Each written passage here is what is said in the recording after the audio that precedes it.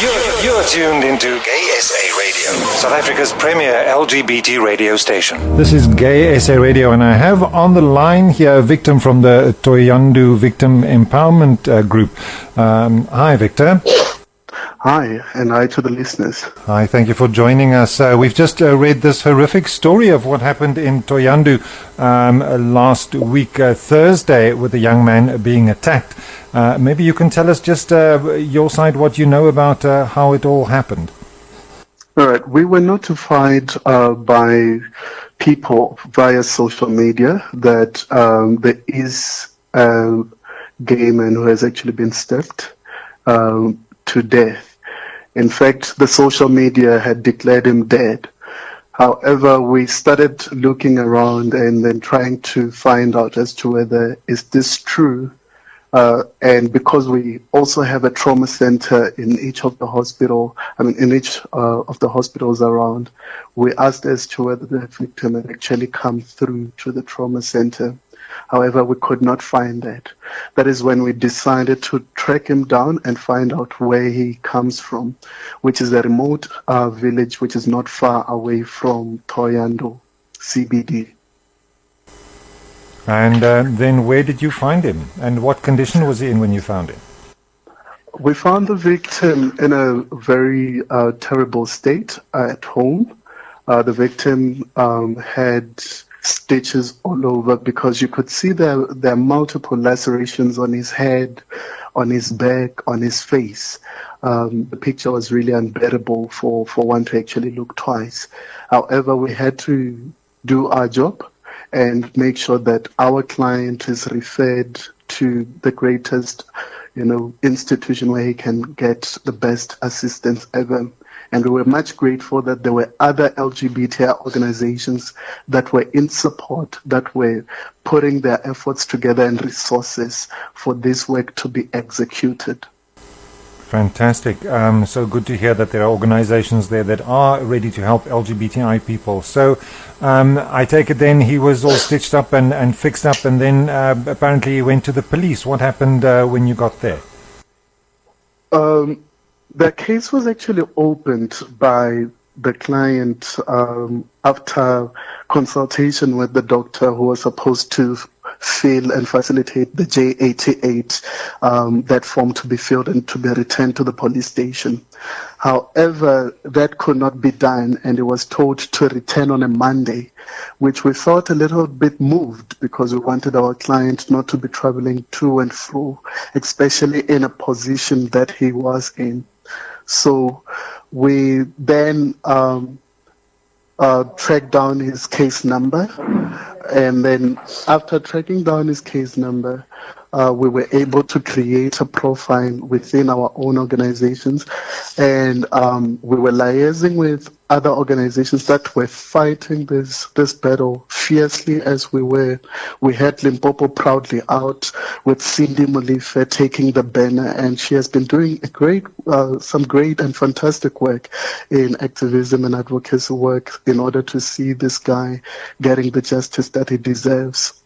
So after all that altercations, we then decided to say, you know what, since the victim is agreeing to go to the trauma center, we're going to place him under there so that we can, be putting him under supervision and to find out as to whether are the police doing their job so that the perpetrator can be behind bars.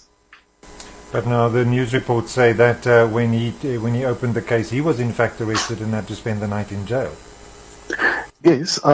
Yesterday I went to the police station just to find out how the case is going.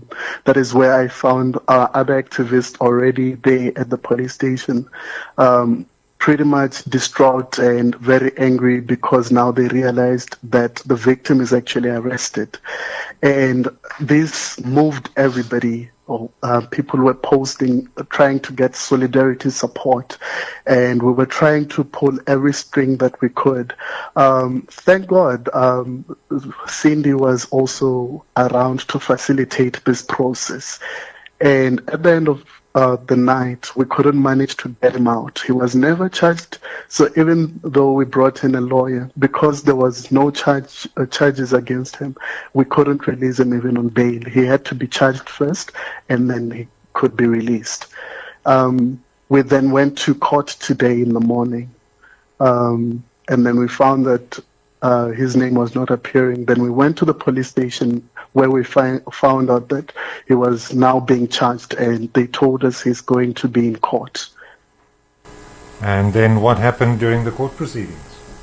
During the court proceedings, we waited at the reception courtroom, where after waiting for some time and having liaised with the prosecutor in charge, we realized,